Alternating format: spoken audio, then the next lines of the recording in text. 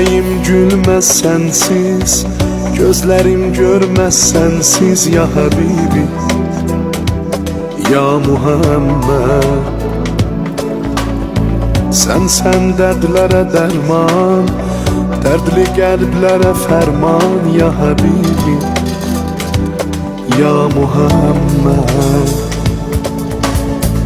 Yüreğim gülmez sensiz, gözlerim görmez sensiz ya Habibi,